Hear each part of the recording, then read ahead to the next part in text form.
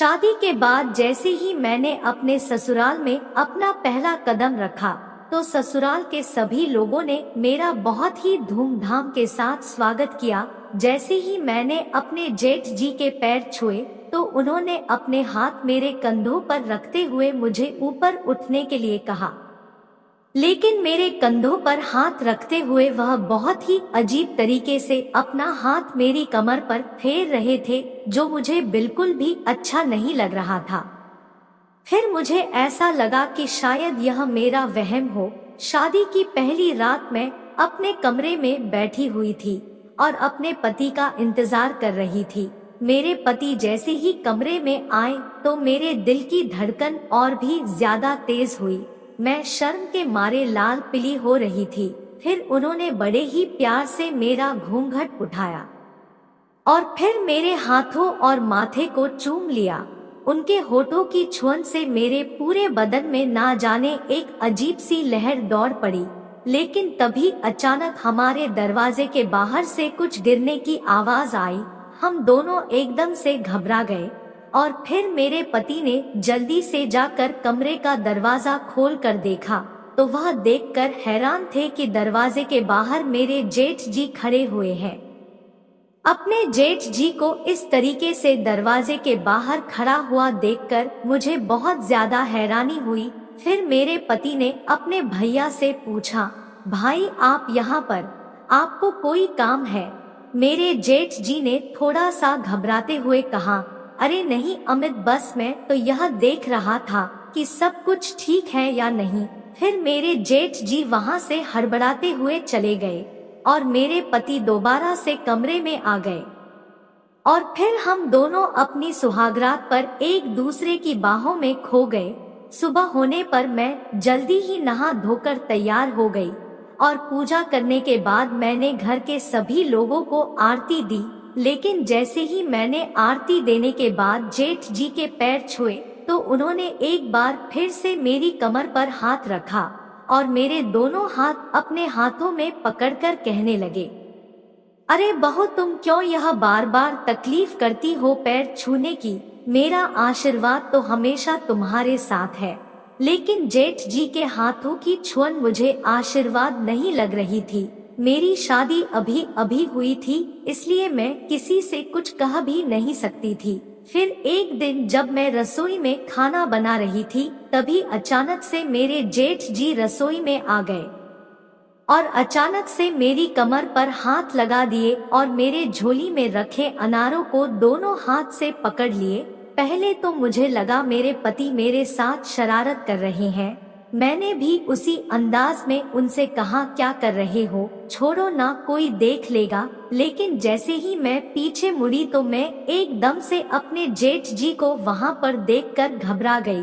मैंने अपने सर पर पल्लू को ठीक करते हुए कहा, जेठ जी आप यहाँ पर। फिर मेरे जेठ ने मेरा पल्लू मेरे सर से खींचते हुए कहा, अरे बहू, क्या तुम पुराने जमाने की तरह सर पर पल्लू वल्लू रखती हो?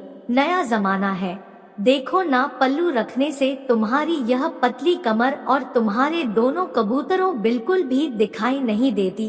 फिर मेरे जेठ ने मेरा पल्लू एक तरफ करते हुए कहा, तुम्हारी यह नाजुक कमर ऐसे ही दिखती हुई अच्छी लगती है। इसको देखकर तो बस मेरा मन ऐसा करता है कि मैं हमेशा इसको बस छूता ही रहूं, देखता ही रहूं। अपने जेठ के मुंह से अपने बारे में इतनी बुरी बात सुनकर मुझे बहुत तेज गुस्सा आ गया और मैंने उस वक्त ये भी नहीं सोचा कि सामने मेरे पति के बड़े भाई खड़े हैं। मैंने गुस्से में आकर कहा, जेठ जी आप यह कैसी बातें कर रहे हैं? मैं आपकी बहू हूँ और बहू बेटी समान होती है, आपको अपनी मर्यादा में ही रहना चाहिए। मेरे मुंह से अपने लिए ऐसे शब्द सुनकर मेरे जेठ जी एकदम से गुस्से में लाल पीले हो गए और फिर उन्होंने मेरा हाथ कस के पकड़ लिया और अपनी तरफ खींचते हुए कहने लगे, मुझे ऐसा लगता है बहू, जैसे तुम पर जरूरत से ज्यादा गर्मी आ रही है और तुम्हारी गर्मी मुझे ही निकालनी पड़ेगी। मैं अपने ससुर से अपने हाथ छुड़वाते हुए कहने लगी, जेठ जी आप मेरा हाथ छोड़िए अभी, वरना मैं चिल्ला चिल्ला कर सबको यहीं पर इकट्ठा कर लूंगी।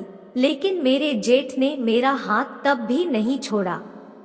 फिर मैंने गुस्से में आकर अपने पति को आवाज लगा दी। फिर वो जल्दी से मेरा हाथ छोड़कर वहां से डर के मारे भाग गए।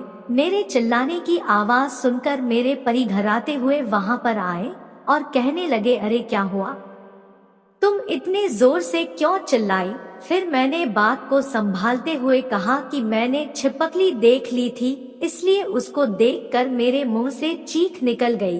इतना सुनकर मेरे पति बोले कि एक छिपकली से इतना डर लगता है, और बात वहीं पर आई गई हो गई। लेकिन मैं शर्म के कारण ये बात किसी से भी बता नहीं पाई।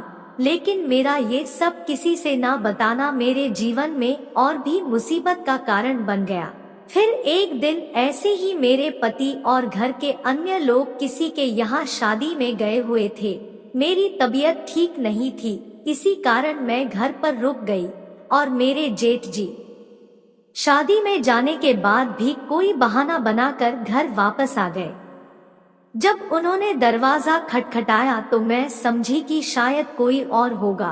दरवाजा खोला तो देखा कि मेरे जेठ जी थे। उनको अकेले घर में देख मैं डर गई और पूछी कि आप शादी से वापस कैसे आ गए? तो मेरे जेठ जी बोले कि तुम घर में अकेली हो तो मैं शादी में जाकर क्या करूँगा, तुम्हें प्यार देने में वापस आ गया। उनकी बातें मुझे अंदर तक डराने लगी थी। फिर उन्होंने दरवाजा अंदर से लॉक कर दिया और बोले कि उस दिन तो बहुत चिल्ला रही थी, अब किसे चिल्ला कर आवाज दोगी? मैं डर के मारे पसीना पसीना होने लगी और डर के मारे दौड़कर अपने रूम की तरफ भागी। लेकिन उन्होंने मुझे पकड़ लिया और मुझे उठाकर अपने रूम में ले गए। मैं हाथ जोड़कर माफी मांगने लगी कि मैं आपकी बहू हूँ और बहू बेटी समान होती है। लेकिन उस समय उनके सर पर कुछ और ही सवार था और उन्होंने मेरी एक भी बात नहीं सुनी। और मेरे साथ उस दिन जो हुआ उसके बाद मैं किसी को अपना मुंह दिखाने लायक नहीं बची।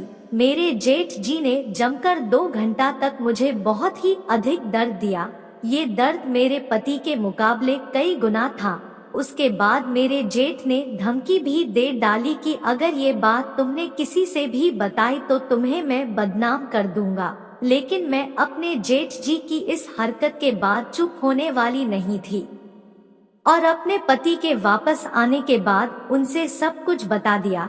पहले तो उन्हें विश्वास नहीं हुआ, लेकिन कई जगह निशान देखने के बाद उन्हें भरोसा हो गया और उसके बाद उन्होंने पूरे घर में हंगामा खड़ा कर दिया, जिसके कारण मेरे जेठ जी अपने भाई से माफी मांगने लगे। लेकिन उन्होंने उनकी एक भी बात नहीं सुनी और पुलिस को बुला लिया।